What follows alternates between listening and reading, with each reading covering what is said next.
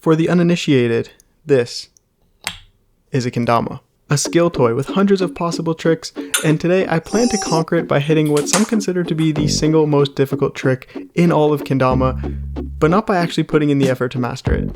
Now let me introduce you to Frank, a very special little kendama that I rescued from a thrift store and proceeded to conduct many experiments on. I think you can see where this is going. Frank is about to experience drills and saws and the square root of a quartering to hopefully allow us to hit some new tricks, all leading up to our golden goose trick, the tightrope, which is a kendama trick that looks something like this. The tightrope is one of the most infamous tricks in kendama, so do not get discouraged if you don't get it right away. It's going to take a lot of repetition and a lot of practice. So don't be surprised if it takes you a long time to get it. It took me weeks to even figure out in the first place. So I'm starting simple with a trick that looks easy, but isn't. It's called a wing stall, and it requires you to gently land the tama, which is the ball part, onto the edge of one of the cups on the ken and balance it there. And the reason this is so difficult is because the area you're trying to land on is so small and it's not flat.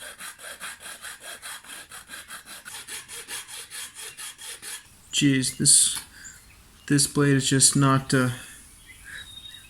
cutting it. So you can see I'm starting with this hacksaw, which I believe was designed for cutting margarine, to flatten out a nice landing pad, which should make this trick much easier.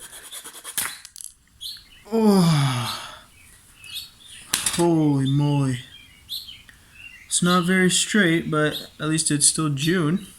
I will spare you the 30 minutes that I spent sawing, sweating, and sucking back wildfire smoke, and we'll take a wee peer into the future to see that this honestly didn't help as much as I thought it would. We were able to stick that landing eventually, and then of course balancing it was way easier once up on that flat spot. But with a trick like this, cheating, shockingly, is not a 100% replacement for skill. I say cheaters never prosper, I guess. This is what not prospering feels like. So let's move on to some destruction that I know is going to help. There's this trick called the lunar, which again requires balance, but you can see with Frank's monster dumpy, it's a real teeter-totter, trying to keep the balance at this angle. If that bottom bulky cup weighed a little less, you can see how that would help make this lunar landing much more believable.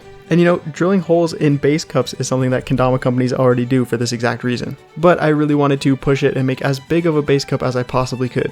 I don't have like a vise or any way to hold this thing in while I drill it, so I'm just gonna stick it inside this yoga mat and then bish, bish, bish.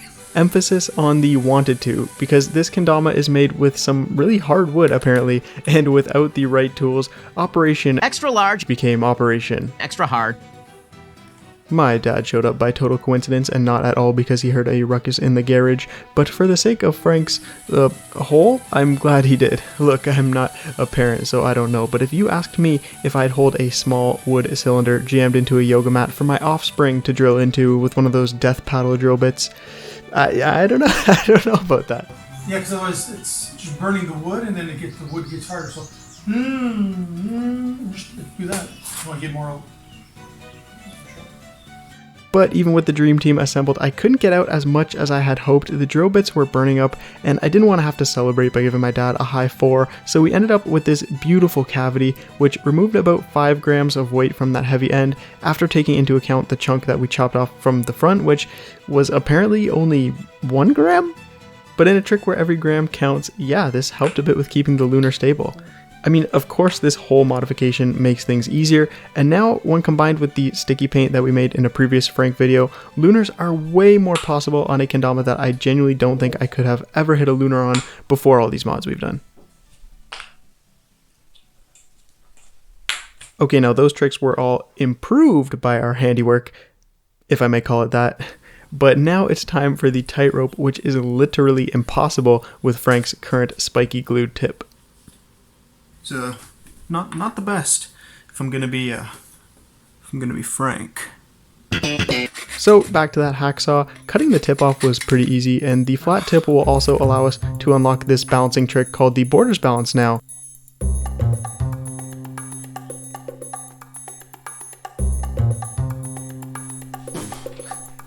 But we want to take it a step further by cutting a notch directly into the tip, and maybe some other places, to see what that can do, which proved to be quite difficult.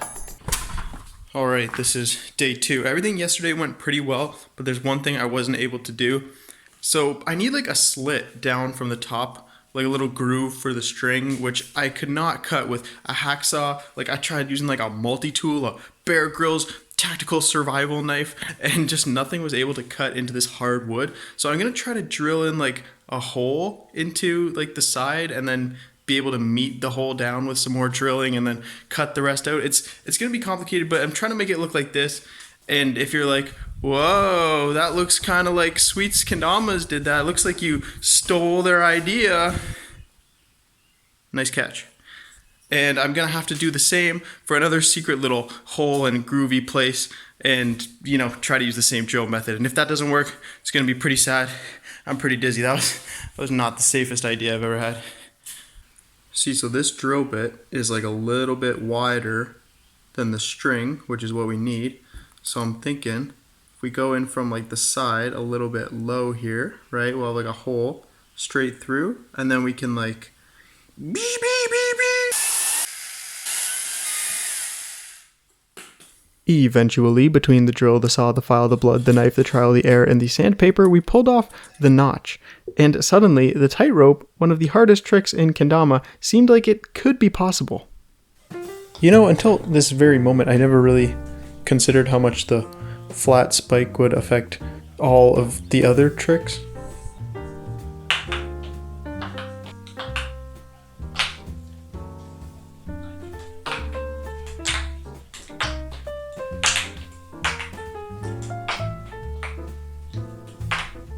Oh good, so it makes no difference. Well, let me say, while the notch did help a ton with catching that string, the layers of technique that go into this trick between the pull-up, the gentle mounting, and then the balance aspect just cannot be avoided no matter how many years of trade school you have under your tool belt. After many hours, I'd say about 5 or 6 total over many days, I learned to keep the cups very straight on the pull-up, I learned to cushion the landing close to my body for better control, I learned to grip the tama and pull up in a way that would keep the tightrope tight and level, I learned to pop the dismount gently straight up since any amount of spin is amplified by the string. I learned that my typical method of just hammering out as many attempts as possible may not be as efficient as going slower to really focus on each attempt, and ultimately, I learned that it feels pretty good to finally knock one of these out.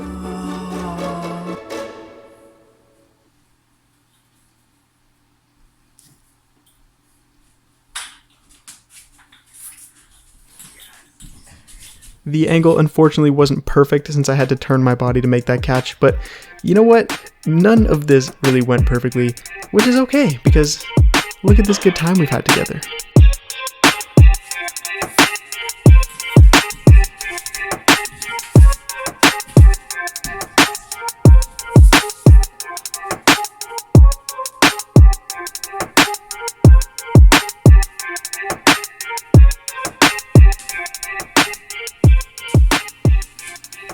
I knew it. I knew it was coming today. I knew. And there you have it. We have successfully cheated our way to landing one of Kendama's most difficult tricks. But if you want to see a full grind for the tightrope again on an unaltered Kendama, go watch Isaac do it or something. I don't know. Oh, and as for that notch that I spent like 2 hours cutting into the base cup,